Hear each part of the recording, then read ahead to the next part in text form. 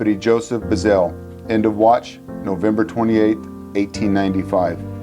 On Thanksgiving night, November 28, 1895, Deputy Bazelle was summoned by a ranch hand to a property at Mossdale Crossing. Trespassers had started a bonfire which caught a nearby tree on fire. Deputy Bazelle identified himself when he arrived at the scene and ordered the trespassers off of the property. The man had his rifle trained on Deputy Bazelle when the deputy made his demands, saying he had no intention of moving, and if the deputy wanted to put out the fire, he could do it himself. At that point, Deputy Bazelle drew his pistol and a gunfight immediately broke out. Deputy Bazelle was shot twice, killing him instantly. Deputy Bazelle was 43 years old at the time of his death. He left behind a wife and 2 children.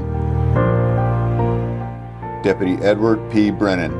End of watch, July 21st, 1922. Deputy Edward P. Brennan was assigned to assist officers in the Southern Pacific Railroad in patrolling the Tracy Yards during the early morning hours of July 21st, 1922. The night had been eventful. Throughout the night and early morning hours, the 2 officers had responded to the sounds of gunshots in the area. More shots were again heard at about 5 a.m. Deputy Brennan responded to the camp south of the tracks to investigate. Southern Pacific Officer Coleman was responding and was about 100 yards away when he saw Deputy Brennan approach 2 men near the shacks and start talking to them. Deputy Brennan was commanded to put his hands up. Deputy Brennan complied, but the 2 men fired on him, fell near the spot where he was shot, and had been hit 5 times. He was rushed to a local doctor's office in Tracy, gravely wounded. He died a short time later. Deputy Edward P. Brennan was 37 years old at the time of his death. He left behind a wife and 1 child.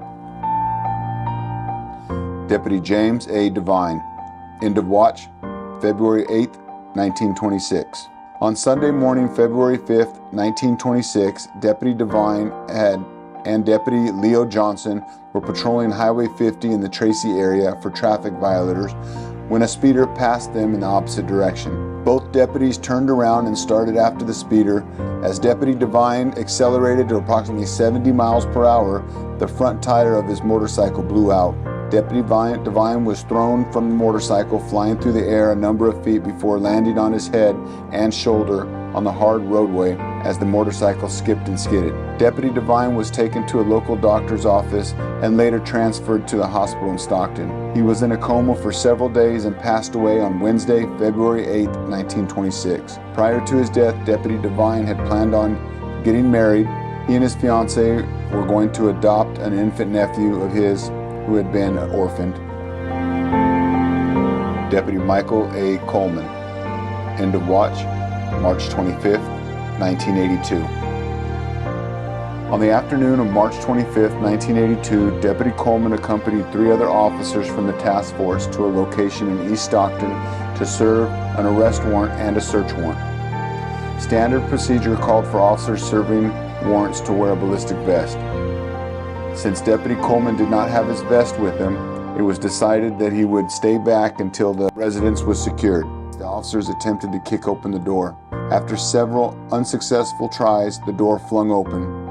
There was a woman standing back several feet away from the door holding a pistol. She was holding the pistol in a 2-handed grip when she opened fire on the officers.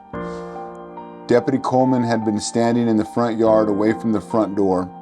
Deputy Coleman was shot 1 time by the woman. The bullet entered under his right arm, passed through his body, and severed his aorta. Although mortally wounded, Deputy Coleman returned fire, shooting all 6 rounds from his revolver before collapsing in the front yard. Deputy Coleman was rushed via ambulance to St. Joseph's Hospital in grave condition. Michael, a bachelor, was 30 years old. Michael's mother, Josephine, was left behind to grieve the loss of her son. Deputy Dayton L. Little. End of watch, October 20th, 1989. During the early morning hours of Friday, October 20th, 1989, Deputy Dayton Little and other members of the SWAT team were assigned to serve a narcotics-related search warrant at the truck stop in the Ripon area. Inside the trailer, deputies heard someone saying, "Just a minute, just a minute." Little went to the rear of the trailer, and as a diversionary tactic, he smashed out a window with a flashlight.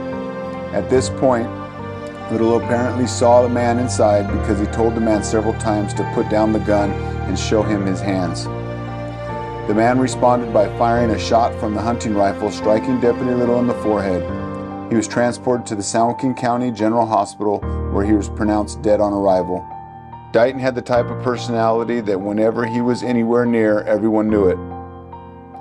Single at the time of his death, he was 35 years old. Dayton's death deeply affected members of the department. A plaque bearing Dayton's badge reads, "Through these doors, past the finest warriors." Hi, this is Sheriff Pat Withrow. Today is one of our Peace Officer Memorial Week celebrations where we go out and honor those who have given the ultimate sacrifice. Today, I'm at Dayton Little's gravesite here at the Catholic Cemetery here in Stockton. And I just wanted to say we're trying to raise money right now for our own memorial at our office. We've never had one in its 175 years, and so we shouldn't have to wait till one day a year to honor our loved ones that we've lost. We should be able to walk outside anytime when we're at work and honor them. So please, if you have the opportunity, donate to our memorial fund. We're raising it all by donations. So please help us out with that if you can, and keep these fallen officers, ours and everyone across our nation, in your prayers with your families. Thank you.